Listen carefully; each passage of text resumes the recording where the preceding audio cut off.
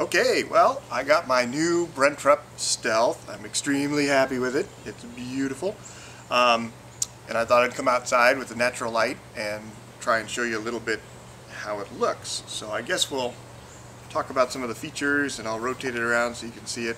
And I guess a good place enough as any is to start up here at the headstock.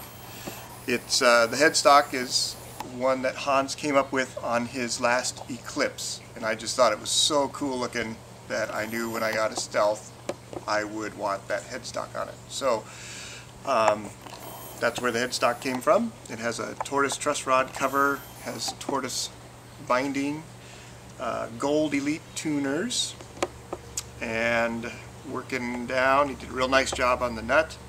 It has a compound radius fretboard, so it's 10 degrees here and flattens out to 16 degrees as you work your way up the neck, and then the bridge itself is flat. And I did that for several reasons. One, I like the feel of a radius fretboard down low, but when I had my Kentucky KM1000, I noticed that fretting up high I liked the flat board. It has stainless steel small lower style frets, and it's my first time really playing with those kinds of frets, so I'm kind of getting used to them. It has a tortoise pick guard, beautiful sculpting on the body here.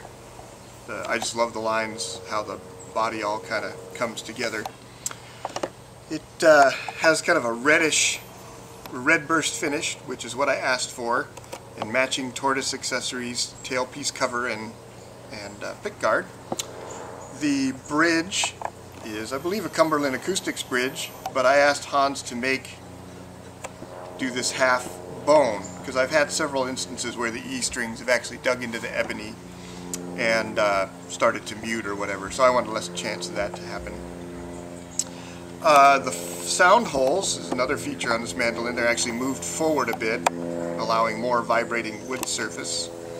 It has a carbon fiber rod, or at least so I'm told, I can't actually see it, that runs from the tail of the mandolin into the neck block, and the idea of that is to stiffen it up and keep the neck from pulling and loading the top under the tension of the strings.